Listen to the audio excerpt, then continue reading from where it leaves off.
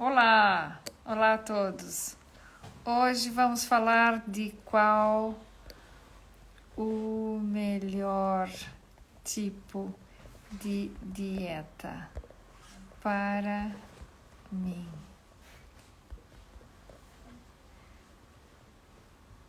Então, olá, aqui tenho uma querida amiga que faz tempo que não vem me visitar, que se chama Ingrid e me abandonou. Mas pronto, eu sei que ela está muito bem e que está de passeio. E pronto, seja bem-vinda, Ingrid. Um beijinho enorme para ti. Pronto. Então, Eva, um beijinho para ti também. Então, hoje nós vamos falar sobre qual é o melhor tipo de dieta para mim. Qual é a melhor dieta? Por quê? Porque esses dias tem sido muito interessante, porque tem algumas pessoas que chegam ao consultório e perguntam, doutora, mas que dieta que a doutora vai mandar? Ou seja, qual que é a melhor dieta para mim? E isso é uma situação assim bastante interessante, porque hoje em dia, um beijo para ti também, querida. Hoje em dia temos aqui muitas dietas, não é? Muitos tipos de dietas e o que a gente deve fazer, qual que é melhor, o que funciona melhor. E esse é um detalhe aqui importante que a gente quer conversar com vocês hoje, tá bem? Então, hoje aconteceu que algumas pessoas colocaram lá, completaram no nosso quadrinho algumas perguntinhas que tinham dúvidas, que gostariam que a gente tirasse essas dúvidas. E vamos falar disso também.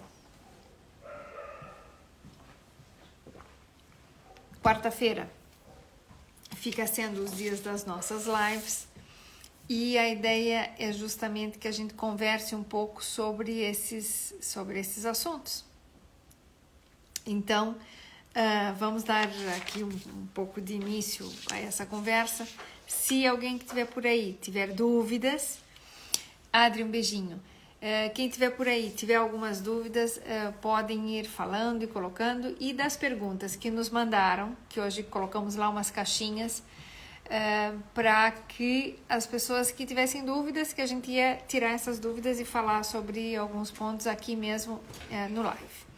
Então, uma das perguntas, e retomando o nosso tema, que hoje nós vamos falar sobre qual o melhor tipo de dieta, ou qual a melhor dieta para mim, não é? Ou seja, qual é a melhor dieta para a pessoa que quer cuidar-se e tal. Tanto sendo bariátrico como não bariátrico. Isso aqui não faz aqui nenhum tipo de diferença. Por quê? Porque mesmo depois de sendo bariátrico, nós temos aqui uma série de situações onde a gente tem que mudar o nosso padrão de alimentação. E é disso que a gente quer falar um pouquinho hoje, ok? Então, vamos lá. Para mim é super importante que vocês tenham ideia de que eu fui buscar, assim, efetivamente, o que tem no mercado, o que as pessoas mais falam, do que está mais de moda. E eu selecionei aqui e trouxe 1, 2, 3, 4, 5, 6, 7, 8, 9, 10, 11, 12, praticamente 12 tipos de dietas diferentes que as pessoas ultimamente utilizam para se cuidar. Sem falar, já considerando aqui o jejum intermitente como um tipo de dieta, ok?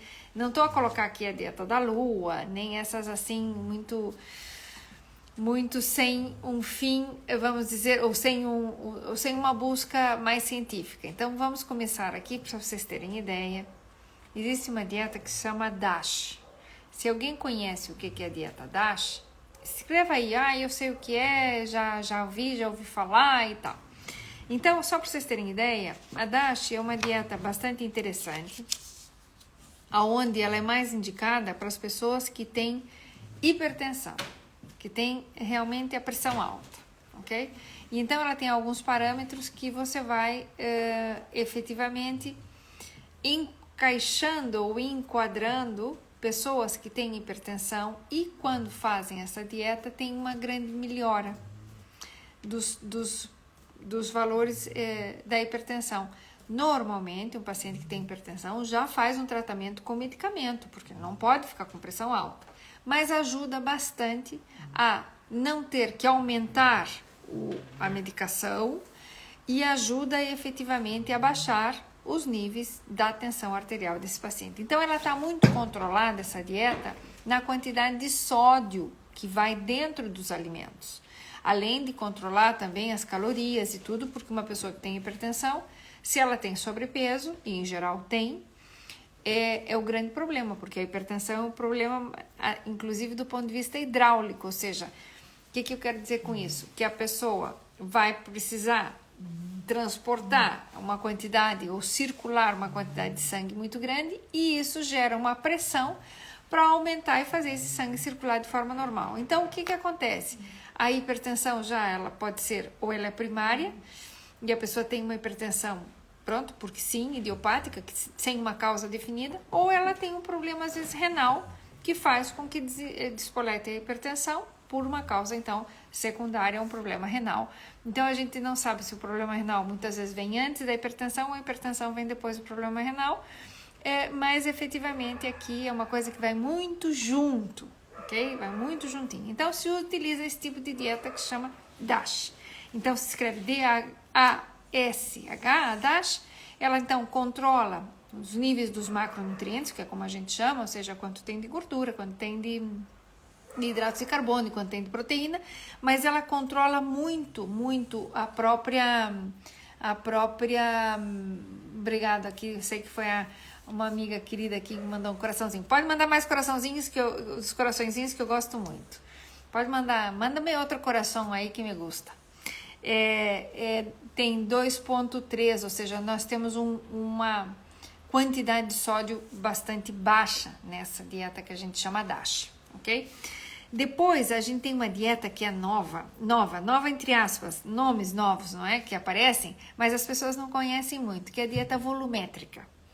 A dieta volumétrica é assim, ela se preocupa com o volume da comida, ela nem está preocupada muito com o que é que tem lá dentro. Pronto, será que é boa ou se não é boa? Sinceramente, aqui vão os meus detalhes, mas as pessoas procuram nessa dieta volumétrica ter alimentos que têm um volume grande, por exemplo, saladas, e que tem uma carga calórica baixa com grande volume, ok? Então, isso serve para toda a gente? Não serve para toda a gente. Não serve para uma pessoa que tem um estômago reduzido, que tenha feito algum tipo de cirurgia, algum tipo de redução, ou que tenha um balão, ou que tenha o método Apollo, que tenha feito o método Apollo, ou endosleeve gástrico, ou que tenha feito qualquer tipo de cirurgia. Por quê? Porque ela trabalha um pouco tentando levar o indivíduo à saciedade, com volumes grandes e poucas calorias, entre aspas.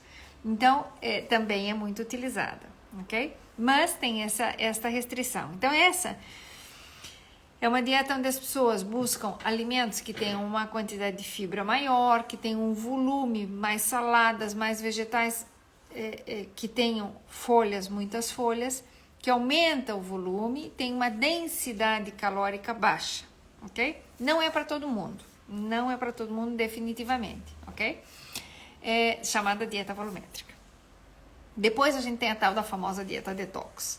A dieta detox, vamos lá, ela serve para desintoxicar o organismo, que de certa forma até poderia ser muito interessante, só que às vezes se confunde o desintoxicar o organismo em não comer nada, ou comer somente sumos líquidos verdes. Não é isso, não tem nada a ver com detox, tá? Uma dieta detox mesmo, ela funciona, é muito boa, mas tem que se comer, e se comem alimentos que são ricos que têm propriedades desintoxicantes, ou seja, que eles trabalham com algumas enzimas específicas e trabalham do ponto de vista bioquímico a nível orgânico. Então, sim, funciona. Aumenta a quantidade de água? Claro que aumenta a quantidade de água, mas aumenta, por exemplo, muitos de alguns tipos de vegetais, como os brócolis, por exemplo, as couves, que eles têm poder anti ou destoxificante ou ou seja, eles diminuem, fazem o organismo se desintoxicar ou se destoxificar, que são bastante interessantes. Aqui tem a Vivi, que ela sempre nos acompanha também. Então, veja bem, essas dietas são interessantes, mas tem que se comer e tem que seguir. Quando é que eu faço isso? Num período onde houve um desbalanço alimentar, que a pessoa comeu mais da conta, que fim de ano, depois de algumas festas e tudo, vale a pena fazer esse tipo de dieta? Claro que vale, sempre vale. O nosso organismo, ele faz o processo da destoxificação e faz durante todo o tempo. Todo o tempo nós estamos destoxificando.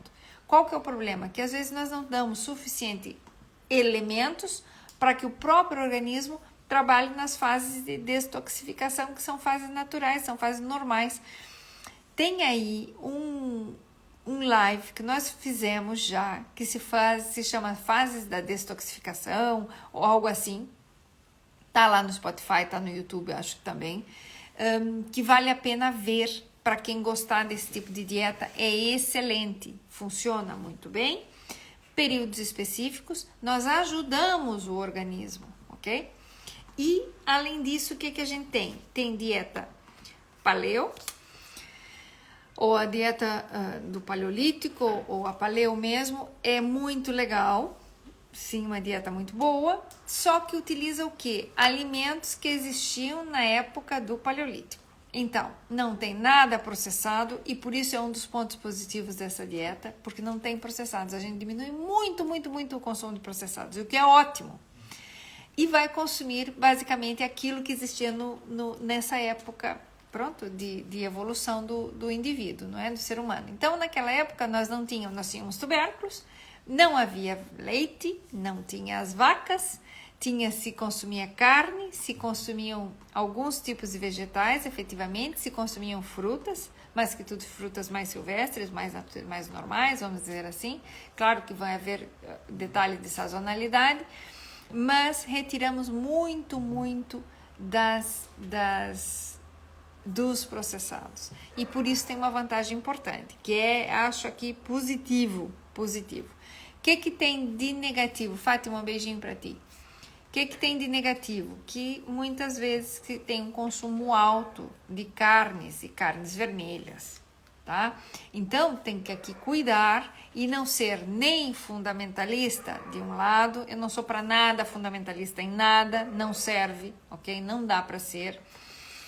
E muitas vezes nessa dieta paleo as pessoas exageram um pouco nas quantidades, porque naquelas épocas nós corríamos mais para poder consumir o bicho que tu ias comer, ter a carne, tinha que correr atrás dele e caçá-lo. E hoje em dia a gente faz muito pouco exercício físico e muito pouco exercício físico forte, ou seja, um pouco mais exigente. A gente faz as caminhadas, tem pessoas que correm, tem pessoas que andam de bicicleta, mas sair a caçar, ninguém sai caçar nada. Então, não estou mandando e fazendo aqui apologia que vão caçar qualquer coisa por aí, mas tem esse esforço físico que muitas vezes não se condiz com a dieta de hoje. Portanto, seria aqui muito interessante ter aqui um cuidado, que quem gosta da paleo, a paleo tem um monte de vantagens, tá? É legal, uma dieta legal, mas cuidar de não exagerar na quantidade das carnes vermelhas, porque facilita muito e as pessoas vão pelo facilitismo, ok? Peixe também existia, então vamos comer mais peixinho e vamos buscar aqui alguns outros legumes e algumas outras tubérculos que são excelentes, para também variar, porque o grande problema desse tipo de ir para uma dieta específica é a variedade. Então a gente fica muito fechado na variedade. Esses coraçõezinhos foi o Vitor. Vitor, pode mandar mais que eu gosto. E seja bem-vindo, Vitor. Depois aqui, a gente ainda podia falar da uma dieta vegetariana. A própria dieta vegetariana, ela já se subdivide, porque nós temos uma dieta vegetariana que é ovo-lacto vegetariano, que é vegan ou vegano, que realmente não tem nada de origem animal, não tem nem mel, tá bem? O vegano, mesmo por ideologia, não utiliza cinto de couro, sapato de couro, nada dentro desse ponto. justamente porque tem aqui uma questão moral em relação mesmo aos animais, tá? E a abelha também é considerada de certa importância que não se some nem o mel, tá? Então, é um pouco mais extremista? Sim, é extremista. Temos deficiências? Sim, temos deficiências mesmo. Quem vai fazer uma boa dieta vegetariana ou vegana tem que contrabalançar e tem que fazer um suplemento melhor de complexo B, sobretudo vitamina B12, ok? Por quê? Porque deixam de ter aqui a absorção da B12, sobretudo, e do complexo B, porque ele é rico nas carnes. E nós vamos aqui, Michele, um beijinho para ti. E nós vamos aqui efetivamente é necessário, é justo e necessário que a gente tenha aqui um aporte um pouco melhor. Então, não há nada contra o vegetariano, o vegano, etc. Simplesmente que tem que comer melhor. E é assim, eu tenho vários pacientes, sobretudo moças, raparigas mais jovens, que querem fazer dieta vegetariana. E simplesmente deixam de comer carne. E aí só comem produtos... que não tem a carne e já se dizem vegetarianas. E então entram em deficiência, tá? Isso não é legal. Isso não é nada legal. Para ser vegetariano, tem que ter muita variedade nos alimentos. E custa trabalho. Então, quem vai ser vegetariano, por favor, seja vegetariano e faça as coisas direitinha. Quem vai ser vegano, não há nenhum problema. Seja vegano. Cristina, bem-vinda.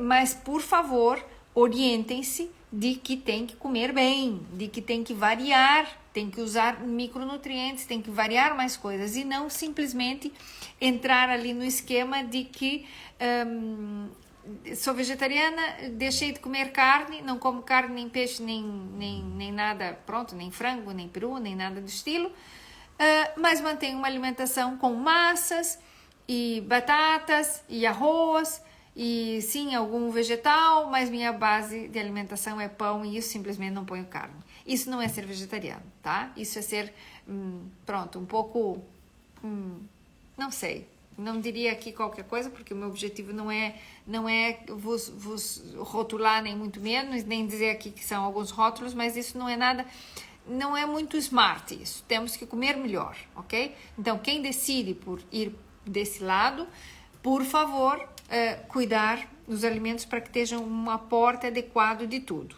Então, esse é o único detalhe aqui importante com relação ao vegetariano, ao vegano, etc. Ok? Então, se é para ser vegetariano, vamos ser vegetarianos a sério, comer uma variedade de legumes, de todos os vegetais, saladas, frutas, etc. Grãos, cereais, tudo, ok?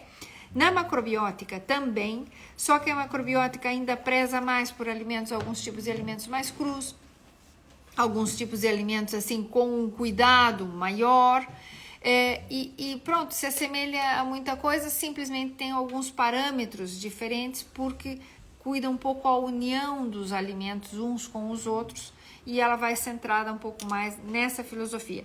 É muito interessante também e diminui muitos processados e essas são as grandes vantagens. O fato de tirar aqui muitos processados da alimentação já é uma maravilha. Então, eu amo qualquer uma dessas que tire os processados ou dos ultraprocessados. Isso já é maravilhoso, já é um grande momento de saúde do vosso organismo se já fizerem por aí, ok? Depois, tem uma dieta que é engraçada, que se chama dieta Ravena. Eu não sei se alguém já ouviu falar, eu até vou buscar aqui, aqui eu tenho as conversas que é pra gente ter, mas pronto, vou buscar aqui ainda duas coisinhas mais, que é essa dieta Ravena, é uma dieta que se divide em 2 momentos, e ela é uma dieta assim, que é para entrar em cetose, ok? E que faz uma restrição dos hidratos de carbono também. E ela primeiro faz, vamos dizer, uma restrição importante, ok? E depois vai reintroduzindo, faz uma restrição dos carboidratos e depois, Leide, um beijinho para ti, e depois vai reintroduzindo efetivamente de forma paulatina, outra vez dentro da alimentação. Então, temporariamente, que ela serve, ela inclui, de certa forma, os grupos, faz uma perda de peso inicial maior. Por quê? Porque efetivamente ela faz uma restrição, ok? Vai restringir em algum tempo. Normalmente fazem ciclos de 28 dias, ou seja, praticamente por um mês.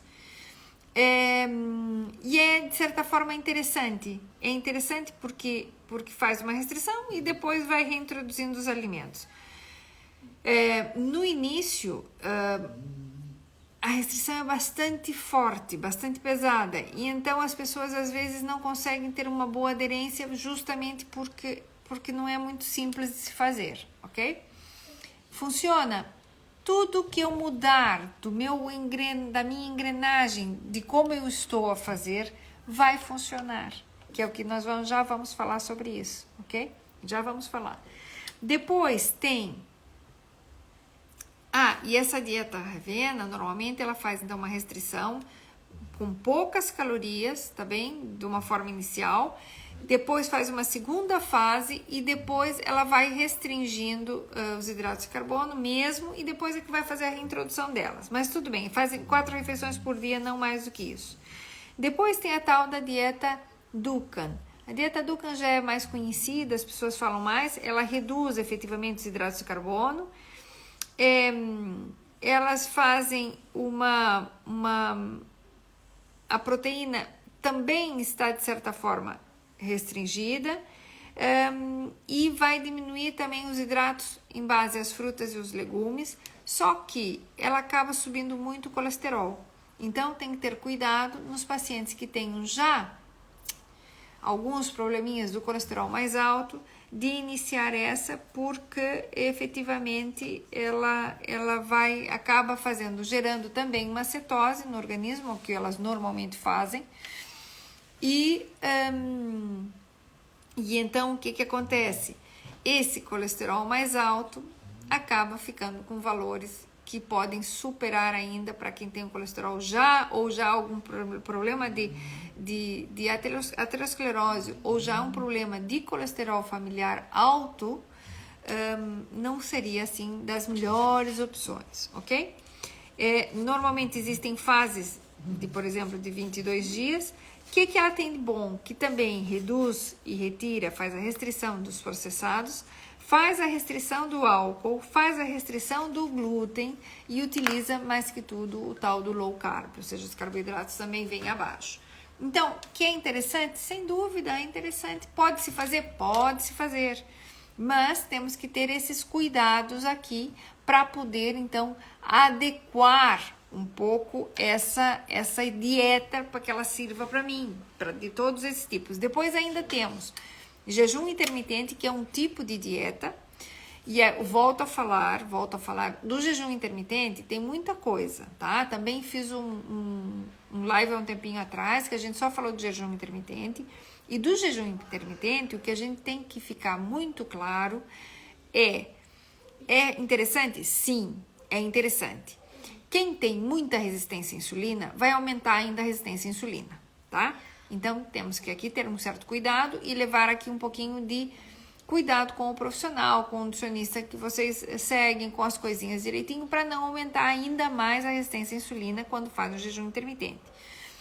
Temporal, ok? Não é para fazer e ficar nisso o resto da vida. Não. De tempos em tempos dá para fazer e funciona bem e é até um descanso para o organismo, mas idealmente tentem deixar o jantar, mas não deixar o pequeno almoço, ou seja, fazer o jejum noturno mais largo, mais comprido, mais horas, ou seja, comer de tarde e a última refeição 4, 5 da tarde, depois acabou e só o outro dia de manhã, mas não perdeu o pequeno almoço. Por que não perdeu o pequeno almoço? Porque o pequeno almoço tem alimentos diferentes. E o pequeno almoço ou o café da manhã são, que a gente chama no Brasil, por respeito aqui às meninas que são do Brasil, efetivamente tem refeições que são fabulosas e que a gente não deveria deixar de consumi-las, ok? Simplesmente, eu levanto, não tenho fome, então já não como, só vou comer na hora do almoço. O que vai comer na hora do almoço? Comida da hora do almoço, comidas que tem mais gordura, mais hidrato de carbono, mais proteína, porque eu como a carne, como um almoço normal, não é? O almoço não é pequeno almoço. A refeição do almoço, os alimentos que compõem a refeição do almoço são diferentes dos alimentos que compõem a refeição do pequeno almoço. E aí o que acontece? Perde-se grande probabilidade de consumir alimentos desse tipo de pequeno almoço, que a gente considera as frutas, um pouco mais de cereal, ou até os ovos, que depois acabam não tendo oportunidade de serem considerados durante a refeição. E, além disso, lembrar que de um período de jejum largo, eu tenho que fazer um desjejum. Qual é a primeira coisa que eu vou fazer depois para voltar a comer? Se eu faço um jejum de 16 horas e vou já almoçar uma francesinha, não dá muito certo. Eu estou colocando uma quantidade de gordura muito grande na minha primeira refeição. Então, eu devia pelo menos fazer um desjejum, a primeira comida, que seja uma comida mais suave. E é difícil que alguém só almoce uma sopa ou uma salada se já fez um jejum largo, vai comer normal. Então, não seria a melhor opção. Que quem quiser fazer jejum intermitente, o ideal seria fazer um bom pequeno almoço, tudo direitinho, e para a refeição no meio da tarde. Não vai jantar. Mas doutora, eu chego em casa com muita fome. Pronto, mas não está fazendo jejum. Então, vamos mudar o jejum. Então, essa é um dos detalhes que seria importante que as pessoas pensassem para tentar reintroduzir esses alimentos e fazer com que eles realmente funcionem, ok? Outra coisa, que já vamos falar das perguntinhas que me fizeram, mas, por exemplo, então, todas essas dietas funcionam? Todas essas dietas funcionam, todas. Não tem nenhuma que deixa de funcionar, todas elas funcionam. Por que funcionam? Porque eu faço... Olá, Camila, um beijinho pra ti. Por quê? Porque eu tenho um relógio e eu desengreno esse relógio. Sempre que eu desengrenar, eu vou baixar de peso. Porque é algo diferente que eu fiz no meu organismo. O detalhe é fazer a manutenção para que eu continue engajada e para que eu continue perdendo peso, que eu continue com esse organismo. Então, uma disrupção que acontece, eu mudo a forma de comer e eu vou ter resposta, ok? Então, quando eu tenho um tipo de restrição, efetivamente, sempre as dietas vão funcionar. O que interessa? Que a gente, de vez em quando, vá modificando a dieta para justamente eu poder introduzir mais nutrientes, variar meu sistema alimentar, variar efetivamente o que eu estou a consumir e deixar as restrições que devem acontecer, mas deixar as restrições para mudar ou mover essas restrições para que não sejam sempre o mesmo tipo de restrição. Não é só que o organismo se habitue, mas é porque eu consigo ter uma melhor resposta, ok? Então, aumentar o consumo de água, aumentar o consumo de fruta. Grande pergunta o comentário dentro do consultório, que isso aqui é muito legal e toda a gente diz assim, doutora, eu não como, eu faço uma avaliação. E então a pessoa me diz assim, vou avaliar, né? E vejo que ela não come fruta. Aí eu pergunto, então, e a fruta? Doutora, a fruta engorda. A fruta engorda. Eu arregalo os olhos, assim como estou a fazer agora. A fruta não engorda. O que engorda é bola de Berlim e pastel de nata. Tá? A fruta não engorda. Se vocês me dizem que vocês comem 12 laranjas, não é que a fruta engorda, é que o excesso de glicose que tem na fruta vai lhe fazer mal. Então, tem que tirar um pouco da mente de que a fruta engorda. A fruta não engorda. A fruta não faz a pessoa... A fruta nunca vai engordar porque ela não come, né? Mas a fruta não faz engordar. O que faz engordar é o pastel de nata, bola de Berlim, tá? E a gente precisa alterar um pouco essa função, variar a fruta, alterar como, quando e por que se come, não é? Mas a fruta nos traz aqui benefícios que só ela tem. A gente consegue vitaminas e minerais aqui cruas, de forma que são extremamente biodisponíveis. E as pessoas teimam em não comer banana, porque banana engorda, ok? Comem, se metem um pão, mas a banana engorda. Eu também não sou anti-pão. Acho que também dá para comer pão, sem nenhum tipo de detalhe, ok? Mas, efetivamente, a gente precisa aqui reorientar essa situação, organizar essa situação e tudo funciona aqui lindamente. Então, agora, se alguém tiver alguma pergunta ou quiser comentar alguma coisa sobre algum tipo de dieta diferente que tenha escutado e etc., digam aí, porque a gente aproveitem para a gente falar. E eu vou comentar aqui duas coisas. Vou depois falar de uma coisa que engorda muito, muito mesmo, e é triste, fico triste por isso, porque é assim mesmo, mas eu já volto aqui. Então, agora só respondendo me fizeram várias perguntinhas, mas aqui uma interessante. Uma das pacientes comentou uma das pessoas que está por aí comentou que ela tem muita vontade de comer doces, ok? E tentou o crômio e tudo isso, e que ainda mantém desejo por doce. Então, por quê? Por que isso acontece? E ela comenta que não sabe o que fazer. Então, efetivamente, o que acontece? O crômio, ele diminui, não é a vontade de comer doce, ele diminui a absorção ou a entrada, tenta diminuir do ponto de vista bioquímico a entrada de açúcar dentro da célula por um processo bioquímico e faz com que, então, a insulina tenha uma resposta um pouco melhor, ok? O que acontece nesse caso? Mesmo fazendo o crômio, além do que o crômio tem que ser feito nas refeições principais, então almoço e jantar, tá? Número 1, tem que ver se tentar corrigir se está a fazer. E efetivamente ele diminui o desejo, não é que diminui o desejo de comer doce, é que diminui essa entrada, essa absorção para dentro da célula, ou seja, a entrada mesmo para dentro da célula, porque não é absorção, é uma entrada.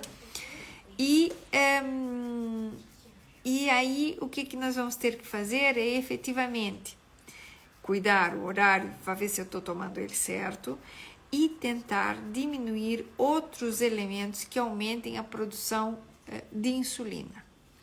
O ideal, Anabela, um beijinho para ti, que faz tempo que não te vejo. O ideal seria que, nesse caso, que está fazendo o crômio, que tente resgatar e fazer algo de exercício para diminuir a quantidade de açúcar a nível sanguíneo e ter menos vontade. Por quê? Porque o que acontece aqui? Provavelmente nós temos aqui uma resistência já a essa insulina, nesse caso, dessa pessoa. E, além disso, o que a gente consegue aqui fazer? Que com o exercício eu consigo queimar um pouquinho mais de açúcares, da glicose que está circulante no sangue, baixa essa tendência e diminui essa necessidade, porque aí a minha célula vai receber esse açúcar e eu consigo diminuir essa necessidade de que tem de comer doce, ok? Então, esse é um dos elementos aqui importantes. Depois, uma outra pergunta que foi feita lá, que deixaram na caixinha, é, por exemplo, quanto deveria ser a quantidade de proteína que a gente devia comer por dia? Tem um cálculo? Tem muitos cálculos a fazer, dependendo do nosso objetivo, ok? Normalmente, nós devíamos consumir, assim, do ponto de vista da OMS, a Organização Mundial da Saúde, diz que a gente deve consumir entre 0,8 a 1,2 gramas de proteína por quilo de peso por dia, ok? Então, esse seria aqui uma... Olá, Andréia. Isso deveria ser aqui um padrão de cálculo. Nós, hoje em dia, e muito provavelmente em todas essas dietas que a gente falou aqui, elas privilegiam o consumo de proteína, ok? E toda a gente come muita proteína. Nós consumimos provavelmente seguramente mais do que 1,2 gramas por quilo de peso. Então, vamos começar aqui um cálculo que é importante para as pessoas entenderem. Eu não sei se alguém daí consegue dizer quantas gramas tem um bife. Quantas gramas de proteína tem um bife? Será que alguém se atreveria a escrever aí qualquer coisinha? Quantas gramas de proteína tem um bife? Primeiro a gente tem que pensar quantas gramas tem um bife. Quantas gramas de bife tem um bife? Quantas gramas de carne tem um bife? Quanto é um bife? Ok? Então, basicamente, um bife varia normalmente nos mercados por aí. Ok. Então, a me dizer aqui 18 gramas em um bife. Pronto, então vamos fazer esse cálculo aqui direitinho. Sim, a Camila está dizendo que tem mais ou menos 200 gramas um bife. Obrigado, Camila. Piolho, obrigadíssimo. Você sabe um bocado das coisas e por isso já me comenta isso. Mas, em geral, quando a gente fala de proteína de origem animal, nós estamos a pensar no bife de vaca, ok? E um bife tem ao redor por aí, entre 100 e 200 gramas, certo? Então, cada 100 gramas de carne, vamos pensar que em carne de vaca, tem ao redor de 20 gramas de proteína. Ou seja, um bife de 200 gramas tem 40 gramas de proteína. Eu vou dividir o tamanho ou essa quantidade de gramas pelo meu peso, 58 quilos. Então, eu vou dividir 200, vamos aqui fazer cálculo. 200 divididos por 58 me dá 3,4 gramas já. Ai, perdoa, não são 200, perdoa. São 20, são 40. 40 divididos por 58. Já me dá 0,7. Então, só com um bife de 200 gramas eu já consigo chegar no meu valor mínimo da proteína. Mas eu como muito mais do que um bife. Eu posso comer um bifinho no almoço e um bifinho no jantar. Mas eu tomo leite, eu como queijo, eu como iogurte, eu como agora os iogurtes proteicos, faço um batido whey, ou seja, minha proteína aumenta muito mais, ok? Então, a quantidade de proteína que a gente deve comer por dia vai oscilar dependendo da minha atividade física e da minha massa, ou da minha complexão corporal. Então, mais ou menos tenham ideia de que 100 gramas de carne de vaca tem aproximadamente 20 gramas de proteína. Se é frango, nós estamos mais ou menos aí nos 18. Frango e peru um pouquinho menos. Borrego anda aí por ao redor também dos 20. O que acontece? A carne que daí tem mais gordura. Então aí a gente tem que cuidar, mas é outro tema. Não vamos falar agora de gordura mesmo para não confundir. O que nos interessa é efetivamente ter uma quantidade de proteína que me dê ao redor dessa necessidade coberta, que seria entre a 1,2. Normalmente, nós estamos pensando nessas dietas todas que a gente falou sobre as 2 gramas de proteína por quilo de peso, que é bem fácil de conseguir, ok? Essas dietas que são low carb, de onde é que eu vou tirar? Se eu estou tirando carboidrato, de onde é que eu vou tirar as coisas? Da proteína. Okay? Então, eu aumento a proteína. Agora, a necessidade de fazer dietas hiperproteicas? Claro que sim, em muitos momentos. Por exemplo, quem vai fazer uma cirurgia plástica tem que fazer uma dieta hiperproteica por um tempo antes da cirurgia, ok? Que a gente também vai falar disso mais pra frente. Não hoje, nós vamos falar um tema especificamente sobre pré-operatório de cirurgia plástica. Então, o que acontece? Nós precisamos sim ter uma quantidade de proteína mínima adequada. Então, se a gente fosse fazer conta redonda, vamos fazer assim, 1 grama por quilo de peso, já é bom, mas a gente faz normalmente um pouco mais, ok? E isso aqui é fundamental ter essa noção. Fundamental, é bem importante. Por quê? Porque aqui me permite a que eu tenha mais ou menos uma noção. Então, cada pote, eu pego uma proteína qualquer. Olha, eu vou buscar aqui uma, que é uma proteína nova, bem interessante. Vou mostrar aqui para mostrar para vocês. Só para mostrar para vocês o que é que tem. Olha, aqui tem uma, que é uma nova, que se chama Planet Paleo, ok? Planet Paleo. Só para terem ideia, essa aqui me dá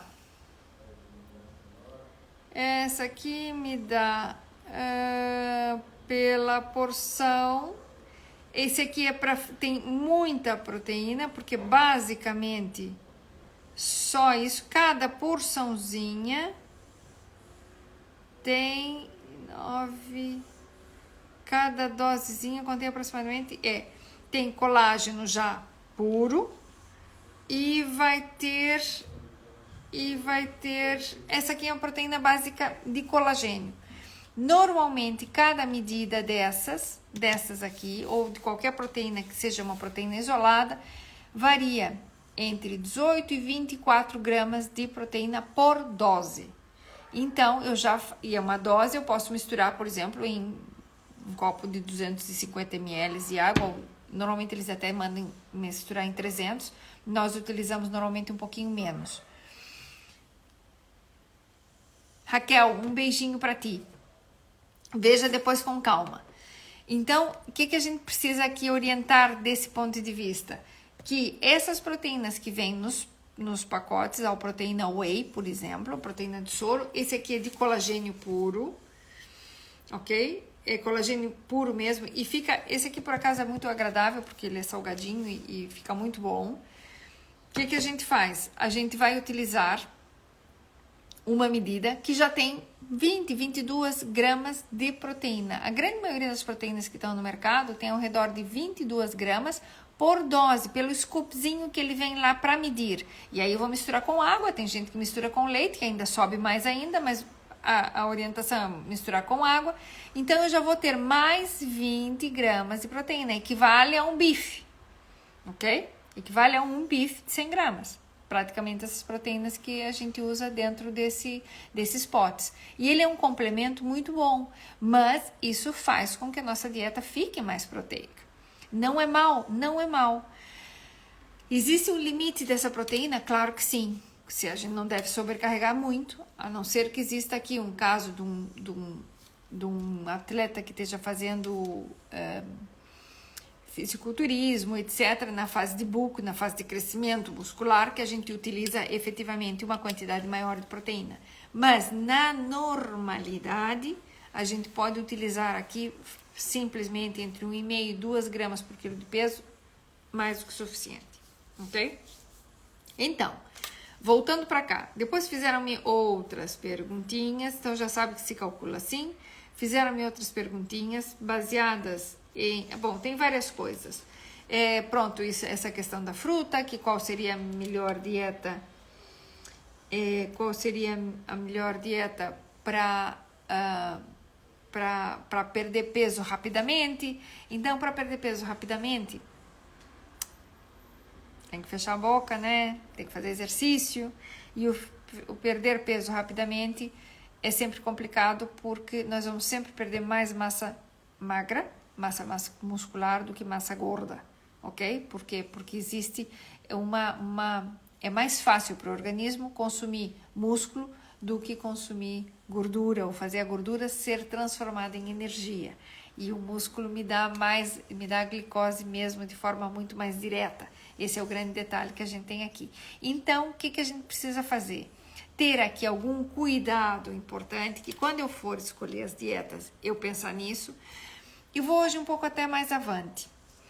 Hoje em dia, nós conseguimos, inclusive, selecionar do ponto de vista até genético qual seria a melhor dieta para a pessoa fazer. Existem testes e tudo, onde dizem, algumas têm são pessoas que têm mais dificuldade em lidar com hidratos de carbono e outros têm mais dificuldade em lidar com as gorduras. Existem genes que têm essa situação já, vamos dizer, você nasce com ela, e são aquelas pessoas que comem gordura e não é o problema, não sobem de peso tanto. Agora, comem hidrato de carbono e tem um metabolismo muito ruim para os hidratos de carbono e sobem de peso muito rapidamente e tal. Então, existem mesmo padrões genéticos assim. E hoje em dia já se consegue definir, já se consegue estudar e avaliar de pessoa para pessoa. E isso é assim, mas também existem padrões genéticos que dizem que você é obrigado a fazer exercício, que você precisa fazer exercício. E muitas vezes nem gostamos, mas são situações que hoje, do ponto de vista genético, a gente consegue já definir. E é muito giro. E é muito interessante, e cada vez mais vai existir isso no mercado, já existe, já se consegue fazer testes que a gente pode identificar alguns genes aonde uma dieta funciona melhor para mim, As coisas já vão a esse nível. E é realmente muito bom. E aí a gente faz adequações e um pouco do que é, dos detalhes de tudo o que é nutrição funcional, cada vez mais direcionada a esses pontos específicos do que uma pessoa traz de forma, vamos dizer, de nascimento. Os nossos genes não mudam. O que muda é o ambiente e a forma como eles se expressam. Porque nós, uma vez que nascemos, temos os genes que temos e já está, não é? Então, é assim mais ou menos que se trabalha. Mas, volto e repito, que todas as dietas funcionam, todas as dietas desse tipo de dietas funcionam. O que eu tenho que achar primeiro, então, qual seria a melhor dieta para mim? A melhor dieta para mim é aquela que eu consigo fazê-la, ok? Se vocês me dizem assim, mas então você, a doutora vive dieta. Não vivo a dieta, mas para mim tem muitas coisas que fazem parte da minha vida, que são de dieta, que eu como igual que eu mando vocês comer, quem vai lá na minha consulta, como igualzinho. Hoje de manhã eu pus aí uma foto no Instagram do meu pequeno almoço, e eu como isso, efetivamente, e hoje era ovo, e era... e tinha lá os morangos que estavam intrometidos na questão, porque eram aqui do meu jardim, e tinha uma lagarta que está comendo eles, e antes que a lagarta os comesse, eu hoje colhei e comi os meus moranguinhos. Até cortei ali, porque a lagarta já tinha começado a comer a metade. Então, é assim, esses pequenos almoços não são de fotografia, são os que eu faço, os que eu como. Que isso é de dieta? Sim, é de dieta. Mas eu amo isso, eu adoro isso. Então, a melhor dieta é aquela que também você gosta, que você tem prazer em fazer, ok? Então, já deixa de ser dieta, conotação negativa. Temos que pensar em dieta, conotação positiva, padrão alimentar, forma de comer, ok? Panquecas, se come aqui na minha casa? Se come, sim senhor, de vez em quando, e faço panquequinhas bem boas, dessas normais, de vez em quando faço as de aveia com banana, mas de vez em quando faço das normais de trigo. Cada quanto? De vez em quando, muito de vez em quando. Mas come croissant? Eu normalmente no pequeno almoço não como porque eu não tenho vesícula, e se eu como croissant me sinto mal. Mas alguma vez se come aqui em casa? Sim, se come croissant alguma vez em casa, e normalmente até asso eu. Tem alguns para vender, outros em alguns sítios que se compra um bom croissant. Gosto de croissant feito de manteiga, se é para comer croissant. Não sou fã, porque tem muita gordura e me cai mal. Prefiro um pãozinho com uma mussarelinha derretida dentro do pão, daqueles pãezinhos redondinhos com muita fibra do Tins. Tem marca comercial e tal, mas não interessa. Fica muito legal e fica uma delícia e é um prazer enorme comer aquilo. Também como tapioca, que eu acho que é fantástico e versátil e muda de vez em quando. Então, quando a gente vai tendo um padrão alimentar que você vai variando, não tem coisa melhor. Você faz uma variedade na tua alimentação, não te cansas, não é sempre a mesma coisa. E amo pão com manteiga. Através da rua de joelho para comer pão com manteiga. Ok? Como pão de manteiga todo dia? Não dá, porque tem outras coisas para eu comer também. Smoothie, esses batidos e essas coisas também. Olha, até essa semana vendiam aí aquelas coisinhas de bater, muito com preço bom e tudo super rápido no mercado, aí num mercado famoso que tem 4 letras e começa com L e termina com L. E vendiam aí essas coisinhas para fazer os batidos e tudo, que também são ótimos. Só batidos? Não aguento. Né? Então, essa variedade é que faz toda a diferença dentro do padrão alimentar, dentro do que é uma dieta. Agora, sim, nós podemos sim restringir gorduras. E eu vou falar daquilo que engorda muito. Gente, engorda muito.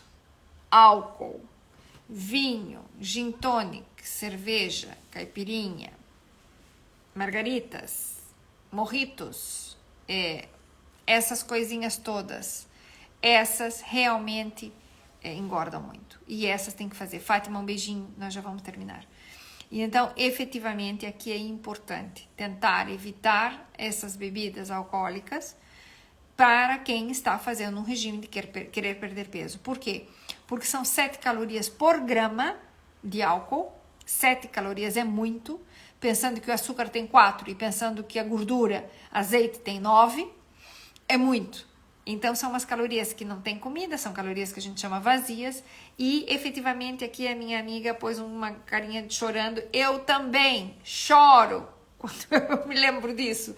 Então, efetivamente, quando bebemos mais, não dá para baixar de peso. O peso ou se mantém ou sobe, ok? Então, aqui ter muito cuidado que nos dias que de semana, não sei o que e tal, diminuir a carga do álcool para poder de vez em quando sim tomar e desfrutar, e um bom vinho é ótimo, mas aqui nós temos que aqui ter esse balanço, porque isso sim efetivamente sobe de peso, ok? Então, meus queridos, vou parando por aqui, porque já tô aqui ultrapassadíssima, era só para falar meia horinha, mas eu tenho realmente um problema, falo muito, falo até pelos cotovelos, mais da conta. E deixamos aqui em continuidade. E quem quiser ou tiver outras dúvidas ou queira especificamente, olha, o que é essa dieta XPTO aqui que está aqui escrita? Pronto, digam, ponham lá que a gente fala sobre o tema, que é bem interessante. E aí vale a pena, ou seja, vamos lá, mais álcool, então vamos suar mais, né? Vamos suar para botar o álcool para fora. Portanto, se aumentamos a quantidade de álcool, vamos aumentar o exercício. Exercício e álcool não combinam, então não dá para fazer exercício no mesmo dia, mas no dia a seguir sim. E isso já contrabalança aqui, efetivamente, o meu ganho com o meu gasto e a produção aqui da minha insulina. E isso é fabuloso, então a gente sempre consegue uma solução, ok? Vamos continuar nesse mesmo bate-canal nos próximos dias, quarta-feira que vem a gente tá junto de novo. E nada, um beijinho enorme para todos. Vai ficar aí, quem não pode ver não tem problema, fica aí gravado. E tiver tendo dúvidas, deixem por escrito que a gente vai respondendo na medida que vai vendo as coisinhas surgirem por aí. Então, o meu beijo enorme para cada um de vocês, o meu carinho especial, obrigado por estarem aí. E seguimos nesse mesmo momento e assim, tentando comer bem, fazer as coisas direitinho para estar feliz, estar contente, não só sentir a dieta, mas sentindo que estão fazendo alguma coisa boa por vocês, que isso aqui é importante. Meu beijo para todos. Adeus.